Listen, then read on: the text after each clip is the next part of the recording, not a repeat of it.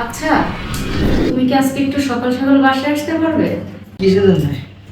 আসলে আমার শরীরটা না কয়দিন ধরে খুব খারাপ লাগতেছে, একটু ডক্টরের কাছে যেতাম। কি বলো, হঠাৎ কি হলো আবার তোমার? আমি কি ব্যাপার করি?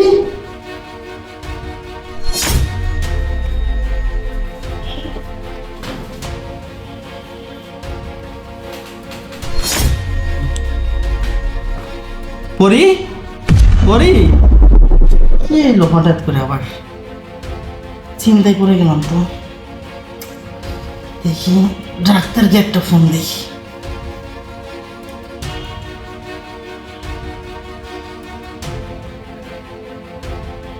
জি আসসালামু আলাইকুম ম্যাডাম। জি ওয়ালাইকুম সালাম। জি ম্যাডাম, একটু আর্জেন্ট আমার বাসায় আসেন তো। জি জি আচ্ছা ঠিক আছে, আমি জি জি জি, আমার ওয়াইফ অসুস্থ, খুব অসুস্থ, একটু আসেন। ঠিক আছে আসতেছি। হ্যাঁ জলদি আসেন। আচ্ছা ঠিক আছে। আচ্ছা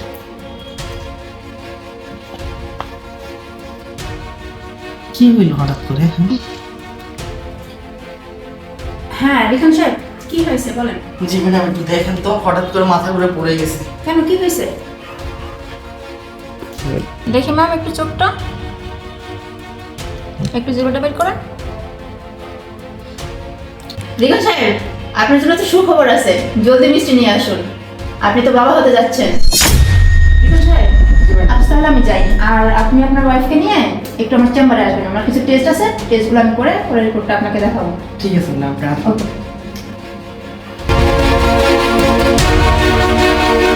তুই জানোস যে আমি কোনোদিন বাবা হতে পারবো না, আর ডাক্তারও বলছে যে আমি কোনোদিন বাবা হতে পারবো না। তুই ভালো করে জানোস এই পাপ কোত্থেকে নিয়েছিস। আজকে সত্যি কথা বলবি। আজকে তুই যদি সত্যি কথা না বলস তাহলে খবর আছে তোর।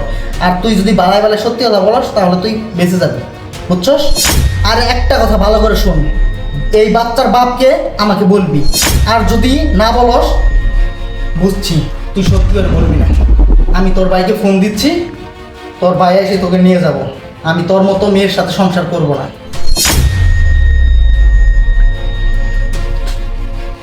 হ্যালো জুয়েল, কই তুই? 10 মিনিটের মধ্যে আমার বাসায় আসবি। তাড়াতাড়ি বালাই বালাই আমার বাসায় আস। আচ্ছা তুমি এগুলো, ছাড়, তোর মতো নোংরা হাত দিয়ে আমাকে টাচ করবি না কখনো। আমার একটা কথা শোনো তুমি। কি বলতে চাস তুই? হ্যাঁ দেখো, আমিও জানি যে তুমি কখনো বাবা হতে পারবে না। আমার মনে হচ্ছে কি ডাক্তারের কোথাও ভুল হচ্ছে। এরকম কিচ্ছু হয়নি, আমরা অন্য ডাক্তার দিয়ে দেখাই। ও, ডাক্তারের ভুল হচ্ছে, ডাক্তার ভুল রিপোর্ট দেখাচ্ছে। তুই যে অন্যজনের বিছানায় গেছিস সেটা বলবি না, এটা স্বীকার করস না। তোর নোংরা হাত দিয়ে আমাকে টাচ করতে মানা করছি না?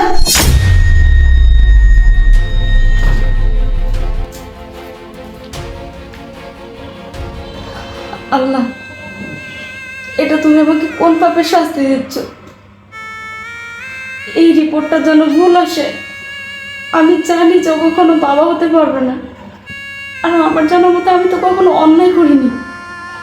তাহলে এরকমটা ডক্টর কেন বলল যে আমি প্রেগনেন্ট? নাকি ডক্টরের রিপোর্টে কোনো জায়গায় ভুল আছে? আমার মনে হয় ডক্টরের রিপোর্টেই ভুল আছে। আমি অন্য ডক্টর দিয়ে আবার চেক আপ করাবো আমার। তারপর আমি আমার সংসার ছেড়ে কোথাও যাব না। আমার সংসারটাকে আমি অনেক ভালোবাসি, আর ওকে ছেড়ে তো আমি থাকতে পারবো না।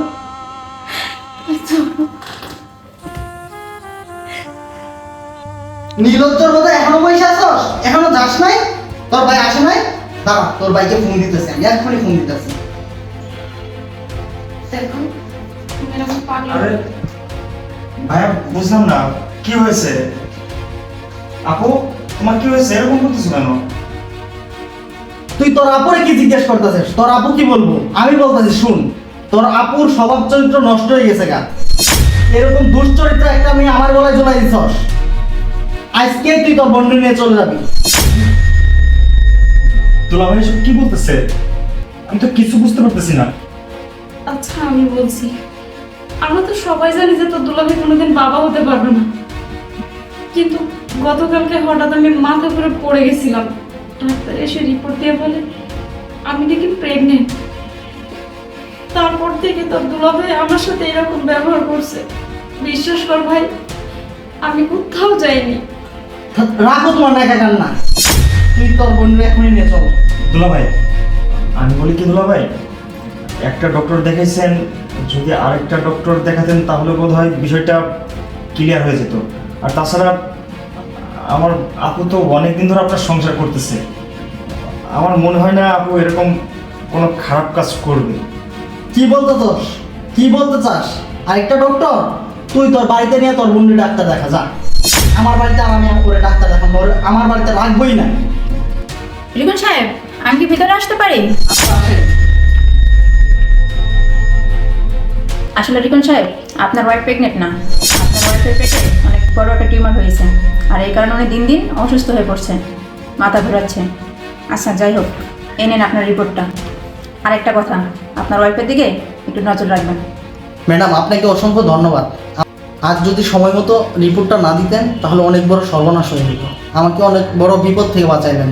আজকে আমি ভুল সিদ্ধান্ত উপনীত হয়েছি। আচ্ছা ঠিক আছে, আজ তাহলে আমি আসি। ঠিক আছে, ঠিক আছে ম্যাডাম, আসেন। দেখেছেন দুলা ভাই, আমি বলেছিলাম না আমার বোন এরকম না, এখন তো সত্যি হলো। আচ্ছা আপু, তুমি কোনো চিন্তা করো না। হ্যাঁ চলো না, আপুকে একটু ভালো ডক্টর দেখেন। ঠিক আছে, আমি ওখানে ভালো ডক্টর দেখাবো। আর তুমি কিছু মনে করো না, আসলে আমি খুব সরি। আমার এতদিনের সংসার আমাকে তোমাকে আমার বোঝার উচিত ছিল। আমি না জানি অনেক বড় একটা ভুল করে ফেলছি। তুমি আমাকে ডিভোর্স দিতে চাইছিলে না? এই কথা কখনো বলবো না। তুমি তো জানো আমি তোমাকে কতটা ভালোবাসি। তুমি যদি আমাকে ভালোই বাসতে তাহলে আমাকে সন্দেহ করতে না এভাবে। আমাকে নতুন আরেকটা ডক্টর দেখাতে, তা না করে আমার ভাইকে নিয়ে আসলে এখানে, তার সাথে আমাকে পাঠিয়ে দেবে। আমি আমার ভাইয়ের সাথে চলে যাব। প্লিজ তুমি এমনটা বলো না, আমার বড় ভুল হয়ে গেছে। তুমি আচ্ছা আপু থাক না তো, আসলে মানুষ মাত্রই তো ভুল। দুলা ভাই, আমি তো আসছি, এখন আমার জন্য আজকে কি খাওয়া দায় বলো? তুই কি খাইতে চাস বল? আমি আজকে পদ্মার ইলিশ খাবো। সবাই মিলে আজকে পদ্মার ইলিশ খাবো। আচ্ছা আপু, তুমি আর এসব নিয়ে কোনো মাথা কামাবো না তো, আর কোনো টেনশন করো না। বসো। তুমি রান্না করে যাও, আমি আর জুয়েল পদ্মার ইলিশ নিয়ে আসতে যাচ্ছি। চল জুয়েল।